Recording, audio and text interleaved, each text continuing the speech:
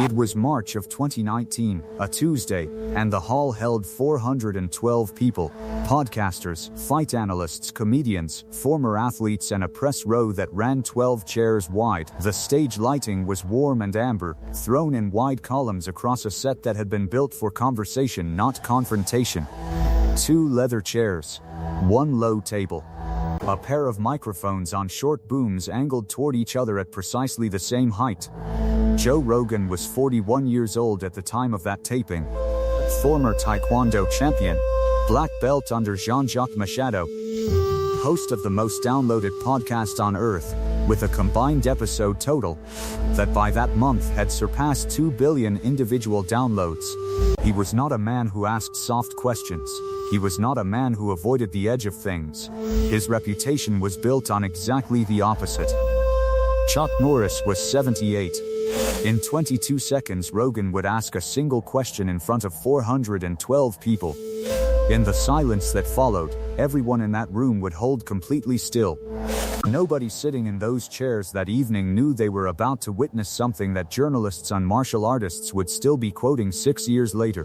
The show had been Rogan's idea. He had wanted Norris on the podcast for 11 years by that point. The request had been declined 4 times, twice through agents and twice through direct contact, not rudely. Simply, the answer each time had been a version of the same sentence. Chuck was not interested in talking about himself. When the booking finally came through in late January of 2019, the team at the Joe Rogan Experience ran a full background review of every Norris interview on record. 73 separate appearances across 40 years of footage. They cataloged the questions he deflected. They noted the topics that made him pause. They built a preparation document that ran to 19 pages. Rogan arrived at the taping 3 hours early. He sat in the chair and read his notes twice and then set the notes down on the table behind the monitor. Norris arrived at 6:47 in the evening, 11 minutes before the scheduled start. He wore a plain charcoal shirt, dark trousers, and a pair of leather shoes that had not been shined. He carried nothing. He shook hands with 2 members of the production crew by name, because someone had told him their names 2 weeks earlier in an email and he had remembered them. He sat in the right-hand chair without being directed to it, adjusted the boom microphone 1/2 inch toward him, and then folded his hands in his lap and waited. The floor director gave the count. The cameras went live. For the first 51 minutes, the conversation moved through territory that Rogan had mapped in advance. The early years in the Air Force, the introduction to Tang Soo Do in South Korea in 1958, the tournament circuit, the film work, the Walker Texas Ranger years, the charities, the faith. Norris answered each question in the same measured register, complete sentences, no filler, no performance. He looked at Rogan when he spoke, and did not look at the cameras. The audience was attentive, but settled. This was an accomplished man talking about an accomplished life. The room had the specific quality of respectful silence that a room produces when it is learning something without being challenged. Then Rogan leaned forward in his chair and set his coffee down on the low table with a deliberate sound. The audience heard it. Several people shifted in their seats. Rogan had been in front of cameras for more than 20 years. He understood pacing at a cellular level. When he leaned forward and placed the cup down and let the room go quiet, the 412 people in that hall responded without knowing they were responding. Their breathing changed. The ambient noise of the ventilation system seemed to rise by comparison. He looked at Norris and he asked the one question he had saved. "Chuck," he said, "what is the one fight in your life that you still think about? The one moment that changed how you understood what you were actually capable of?" If you want to know what happened in the seconds after that question landed, make sure you are subscribed to this channel and drop a comment below telling us where in the world you are watching from tonight. The room did not move. 412 people and not one of them produced a sound. The floor director at the monitor table, a woman named Sandra, who had worked in television production for 19 years, said later that she had never in her career heard a studio audience go that quiet, in response to a question. Not to a performance, not to a revelation, to a question. Norris did not move either. He sat with his hands in his lap and he looked at Rogan and he did not speak. 1 second. 2 seconds. A man in the fourth row, a former collegiate wrestler who had attended specifically because his father had trained under one of Norris's original students, said afterward that in those first 2 seconds he had assumed the microphone had failed. He looked to his left to see if someone else had noticed. Every head in his row was still and forward. 3 seconds. 4 seconds. Sandra at the monitor table later said she had reached for the pause button on the recording deck and then pulled her hand back. 5 seconds. Rogan did not fill the silence. This was not a natural instinct for him. Every person who had ever worked on his show could confirm that. He was a man who moved toward dead air by reflex. He filled pauses, he generated momentum. Sitting in silence across from a guest was something he had trained himself to accept in recent years, and even then it cost him. But he sat in the chair and he kept his hands loose on the armrests and he waited. This was a negotiation. Not between two men who disliked each other. Between a question and the answer that had never been given publicly. A fight, in its deepest form, is not the moment of contact. A fight is the space before contact. When everything that will happen is still undecided, when two people are reading the variables of distance and timing and intention and trying to understand what is about to move and from which direction. The moment of contact is only the confirmation of what has already happened in the space between. Rogan had asked his question and opened the distance. Norris was inside the distance now, deciding. 6 seconds. He took a breath. Not a performance breath, not the breath of a man preparing to speak, the breath of a man who has been somewhere private and is returning.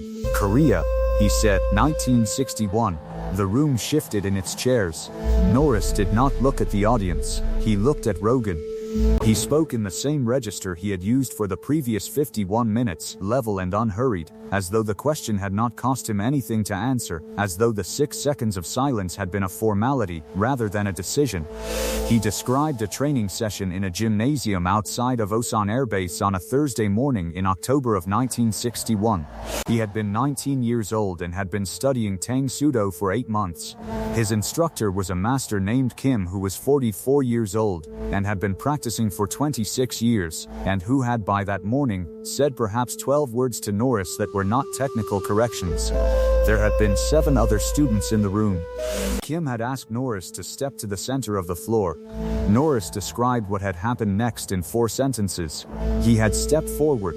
Kim had looked at him with an expression that was not hostility, and was not encouragement, and was not patience in the common sense of the word.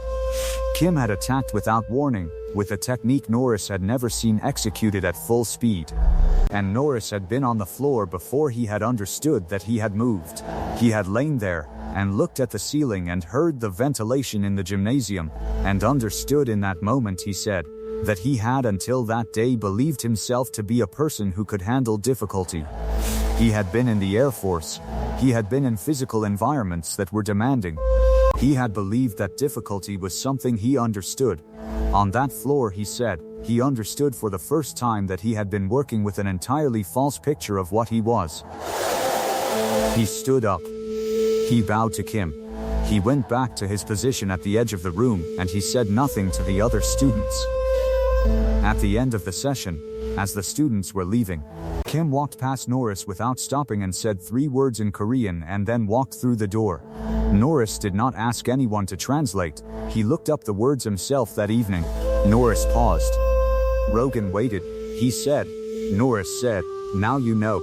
The floor director at the monitor table said she did not realize until that moment that she had both hands flat on the surface in front of her. The same position, she said later, that a person takes at the edge of something high. The man in the 4th row who had come because of his father's connection to Norris's lineage said that when Norris finished the sentence, the man beside him, a documentary filmmaker he had never met, exhaled in a way that sounded like something leaving, rather than arriving. Rogan leaned back in his chair. He did not speak for 4 seconds. When he spoke, he asked what Norris had done the morning after. Norris said he had gone back to the gymnasium. He said he had gone back every morning for the next 3 years. He said that the distance between who he had believed himself to be and who he actually was on that floor in October of 1961 was the most important distance he had ever measured, and that everything he had done in the 58 years since that morning had been an attempt to close it. He said he had never entirely closed it. He said he did not believe that was the point. The room was still. Rogan nodded. He reached forward and picked up his coffee cup and held it without drinking from it.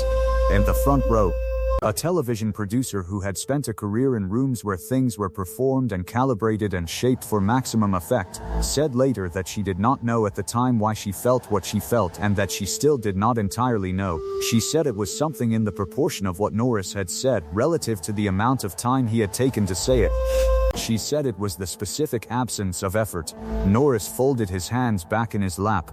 He looked at Rogan and he said one more sentence. Every man, he said, should be put on that floor at least once. He did not add to it. He did not look at the audience. He sat in the chair in the charcoal shirt with the shoes that had not been shined, and he waited for the next question. The applause when it came was not the applause of an audience that had been entertained. It was the applause of 412 people who had been told something true and who were responding to the truth of it rather than the performance of it, which is a different sound entirely. In the weeks following that taping, the clip circulated across 7 platforms. Fight analysts posted it. Coaches posted it. A retired Army colonel posted it and wrote 4 sentences underneath it that were shared 40,000 times. A grief counselor in Bristol posted it and said she had shown it to patients. A high school football coach in rural Montana said he played it for his team on the morning of every game. None of them had been in the room. None of them had heard the 6 seconds of silence that preceded the answer, because the edit that circulated began with Norris speaking. The people who had been in the room knew what had been cut. Several of them said in later accounts that the 6 seconds was the part they remembered most.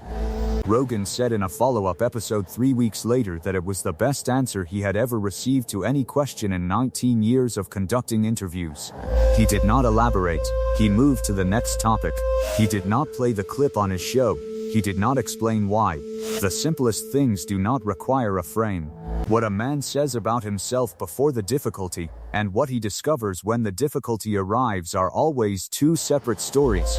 The honest ones spend their lives learning the distance between them. Next week, we go inside the moment at a Dallas film lot in the spring of 1993 when Steven Seagal walked uninvited onto a closed Chuck Norris set. Said something in front of 60 members of a production crew that he believed he could say, and learned within the next 40 seconds precisely how wrong he had been. That story has never been told in its complete form. We will tell it next week.